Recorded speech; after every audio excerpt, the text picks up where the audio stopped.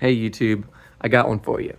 So if you own this vacuum, Power Force Helix by Bissell, um,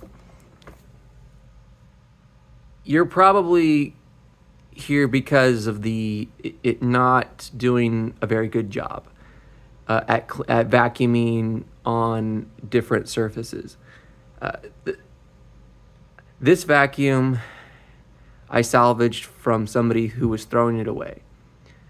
And it was in very good condition, and I was in need of a vacuum. I didn't have one.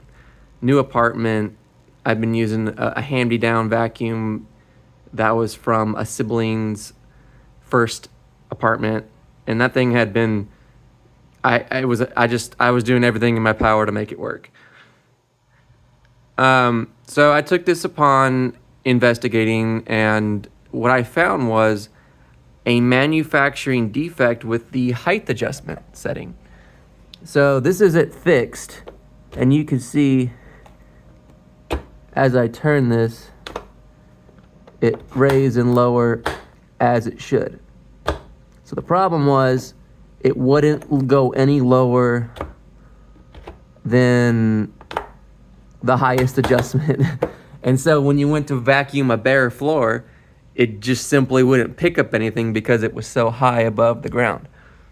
So I took it apart and I found these plastic tabs, and I'll show you in a minute, that you cut to resolve the problem. And I've seen 2 of these vacuums that people have thrown away, and I think that's the reason, is simply because you couldn't adjust the height, and it wouldn't pick anything up. Otherwise, this is a really good vacuum. It has a washable filter. It has a anti-slip for the belt. So if you get on something that keeps it from spinning, it won't burn the motor up. It'll just slip intentionally.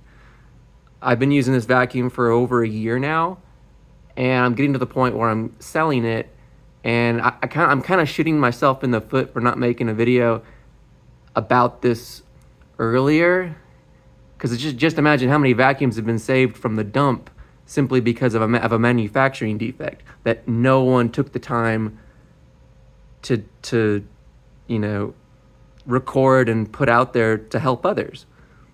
So without further ado, so just so you understand what I'm doing now is I'm actually reselling this vacuum for probably $20. It's a cheap vacuum, but it's a good vacuum if you make this modification that I'm about to show you. All right, so moving forward, you're gonna wanna you wanna grab a Phillips head screwdriver, and you wanna remove this screw here. There's one here in the middle, there's one over here, and then there's one down here. And they're all the same screws, so you don't have to worry about getting them mixed up. And just a pro tip, as you're trying to undo these screws, apply pressure with the screwdriver as you're turning it to prevent stripping, which is something you don't want to do. Next, you'll just pull this cover off. It should just come off with ease. Just like that, just pull it from that point. You set that aside. This is the part you're interested in, and it's these tabs. I've already cut them, and my advice is, I think I cut these a little too short, so cut a little bit off at a time and then test it. Otherwise, you may find that because this is, if you look, this is the part that has different heights on it. And so this rubs against this piece, but these are just another part that establish like the base height, I think. But if you just cut those to make them look like this, you're gonna be in much better luck. But that's it. And then to put it back together, you align these these like that, and then it folds it. And you might have to hold and rotate the height adjustment to get it to seat in there. So that holds the, you're gonna have to hold that while you put the cover back on. But if you ever need to get here to clean off your roller, at this point you could just really pull the roller off and out, right? And then it comes right out of the belt. You can clean it and put it all back together. So there you have it.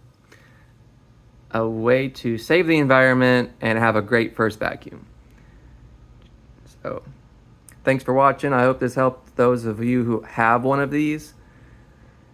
And otherwise, keep your house clean.